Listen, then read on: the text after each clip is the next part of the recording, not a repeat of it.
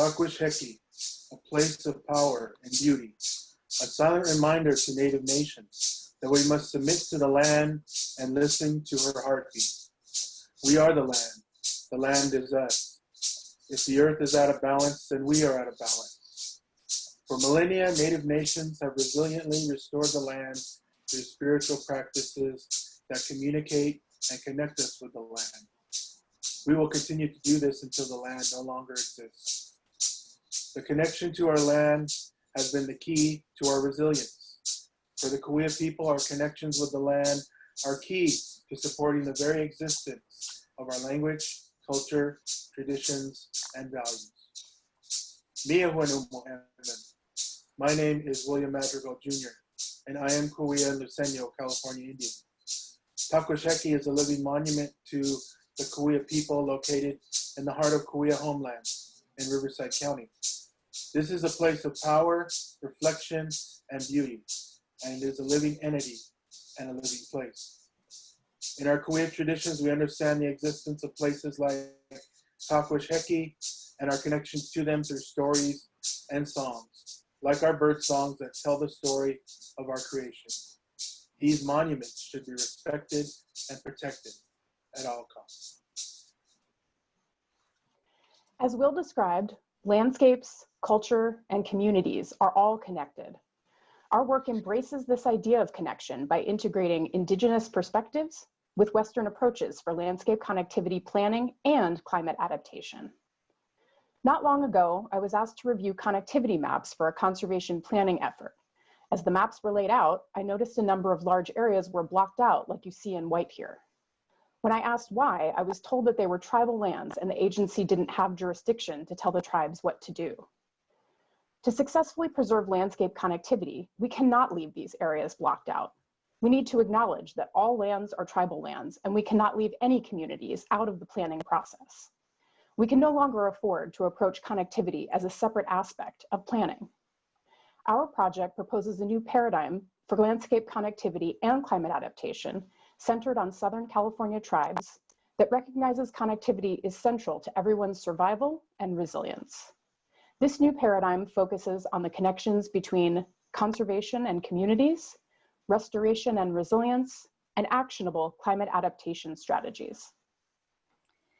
Incorporating Indigenous values and perspectives can help us reconnect landscape connectivity to other aspects of our society, like community health, well-being, and specifically climate adaptation. This new paradigm is also central to our commitment to amplify Indigenous voices and integrate traditional practices, values, and knowledge into conservation planning to support and protect truly connected landscapes. Through this tribally led effort, we are working to decolonize the conservation planning process with tribes as leaders in this paradigm shift, reclaiming the process as well as their role in stewardship of their ancestral lands that lie beyond reservation boundaries. This project brings tribal science and approaches to the forefront of landscape planning, integrating tribal priorities, concerns, cultural considerations, as well as ongoing tribal climate adaptation planning efforts. Specifically, our work relies on a unique intertribal collaboration among 20 different tribal nations, coupled with a robust network of collaborators, including land managers, conservation planners, and practitioners. This proposal represents long-term development of collaborative conservation and climate adaptation work, both research and application, leveraging existing research and catalyzing actions to build a bridge between Western and Indigenous perspectives of connectivity and conservation, and to break away the boundaries and lines drawn on maps that separate us. This work addresses the needs of multiple tribes and lays a foundation to support tribal climate adaptation efforts that benefit conservation and connectivity goals in tandem with culture, community, health, and wellness. This collaborative effort will employ a model our team has developed for boundary-spanning co-production and outreach, demonstrating truly meaningful engagement and collaboration with Indigenous communities, and supporting the integration of traditional and cultural perspectives in conservation actions. This model focuses on 3 key outcomes: building resilience, building capacity, and building community. To build resilience, we'll expand on a foundation of connectivity research we've developed assessing the cultural and climate adaptation benefits of preserving connectivity. To build capacity, we'll integrate those benefits into planning as well as on-the-ground activities. We'll leverage ongoing projects focused on developing resilient restoration strategies to safeguard cultural resources and practices through pilot projects, expanding the scope of these projects to incorporate connectivity.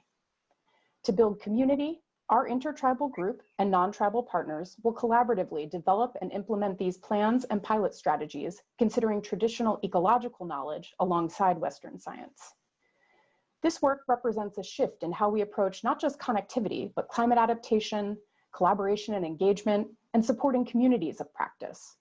Although such transformative change is challenging, our efforts will advance connectivity and climate adaptation planning while supporting the continued resilience and vibrancy of tribal communities.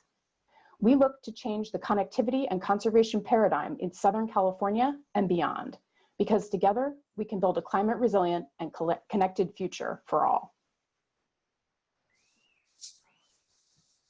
Ayoy Micah, so wet and so wet.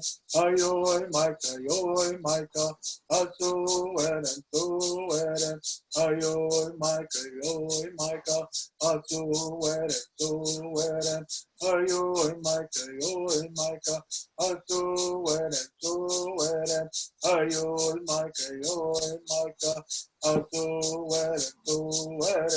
Ayoy Micah, ayoy Micah, ayoy Micah, so wet and so wet. Ayoy Micah, so wet and so wet. Ayoy Micah, ayoy Micah, ayoy.